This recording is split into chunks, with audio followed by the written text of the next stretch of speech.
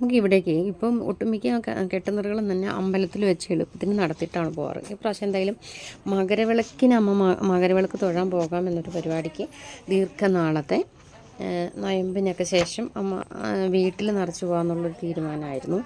അപ്പോൾ അങ്ങനെ ഒരു നേരത്തെ തലേ ദിവസം ഭജനയെല്ലാം വെച്ചിട്ട് ഒരു ഭക്ഷണമെല്ലാം കൊടുത്ത് പോകാമെന്നുള്ളൊരു തീരുമാനത്തിലാണ്. അപ്പോൾ ഞങ്ങളെല്ലാവരും തന്നെ കൂടും. നമ്മൾ അടുത്തുള്ള ആളുകളെല്ലാവരും തന്നെ ഉണ്ടായിരുന്നു. എല്ലാവരും ഇങ്ങനെയുള്ള പരിപാടികളൊക്കെ വരുമ്പോൾ എല്ലാവരും നല്ല സഹകരണമാണ് കേട്ടോ. നമ്മൾ തലേദിവസം തന്നെ എല്ലാവരും കൂടും. തലേദിവസം ഭജനയായിട്ടും അങ്ങനെ എല്ലാ വീട്ടിലും അത്യാവശ്യം തമ്മിൽ വഴക്കും ഒക്കെ കാര്യങ്ങളും ഉണ്ടെങ്കിലും ചിലർ മാത്രമാണ് അങ്ങനെ എന്നിട്ട് വഴക്കുണ്ടെങ്കിൽ ഇങ്ങനെയുള്ള സാഹചര്യങ്ങളിലൊക്കെ വീണ്ടും ആ വഴക്കും വൈരാഗ്യവും ഒക്കെ വെച്ചിട്ട് മനസ്സിൽ വെച്ചിട്ട് മാറി നിൽക്കുന്ന ആളുകളുണ്ട്. ഇനിയിപ്പോൾ അവരെ നമുക്ക് തിരുത്താനും സാധിക്കത്തില്ല. എന്നാലും ബാക്കിയുള്ളവരെല്ലാവരും കൂടെ കൂടി നല്ലപോലെ സഹകരിച്ച് പാട്ടും എല്ലാവരും നല്ല സന്തോഷത്തിലായിരുന്നു. നല്ല സന്തോഷമായിട്ട് മകരവിളക്ക് ജ്യോതി അമ്മ പോയി ഭംഗിയായിട്ട് കണ്ടിട്ട് വരാൻ സാധിച്ചു ഇപ്രാവശ്യം. അതിൻ്റെ കുറച്ച് വീഡിയോസൊക്കെ ഞാനൊന്ന് ജസ്റ്റ് ഇത് നമുക്ക് എടുക്കാൻ പറ്റിയ പിള്ളേരൊക്കെ ഇച്ചിരി എടുത്ത വീഡിയോസൊക്കെ മിക്സ് ചെയ്ത് ഇട്ടേക്കുന്നതാണ്. നമ്മുടെ ഭജനയുടെ കുറച്ച് പാട്ടുകൾ കുറച്ച് ഭാഗമൊന്നും ഉൾപ്പെടുത്തി കുറച്ച് വീഡിയോ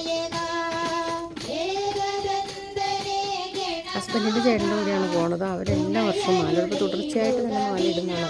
പക്ഷേ അവർക്ക് മകരവിളക്ക് തൊഴാൻ പോകണമെന്നുള്ളൊരാഗ്രഹം. അതുകൊണ്ട് അമ്മ അവരുടെ കൂട്ടത്തിൽ പോകുന്ന കാരണം കൊണ്ട് എനിക്ക് അങ്ങനെ മകരവിളക്ക് തൊഴാൻ പോകാനുള്ളൊരു ഭാഗ്യം കൂടെ കിട്ടി.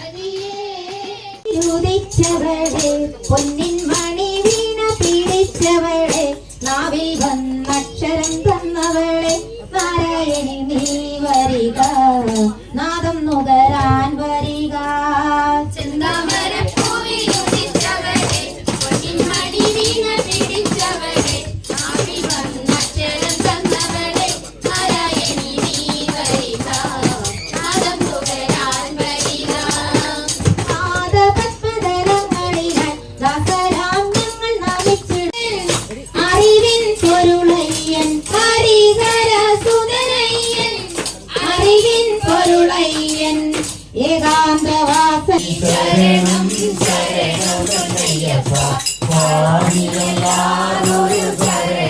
ശരണമയ്യപ്പ ഹരി ശരണം